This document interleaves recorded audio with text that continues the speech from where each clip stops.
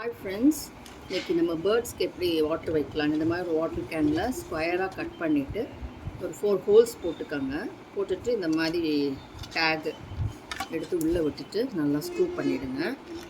அதே மாதிரி தான் இதையும் பண்ணிவிட்டு நல்லா ஸ்க்ரூ பண்ணிவிடுங்க.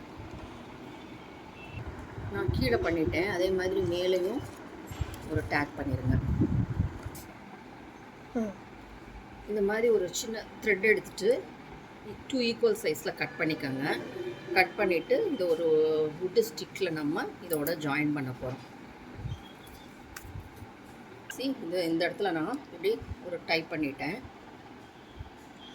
அதே மாதிரி இன்னும் 2 எடுத்து டைப் பண்ணிடுங்க. அதுக்கப்புறம் நம்ம குச்சியில் இதை ஜாயின் பண்ணிட வேண்டியதான்.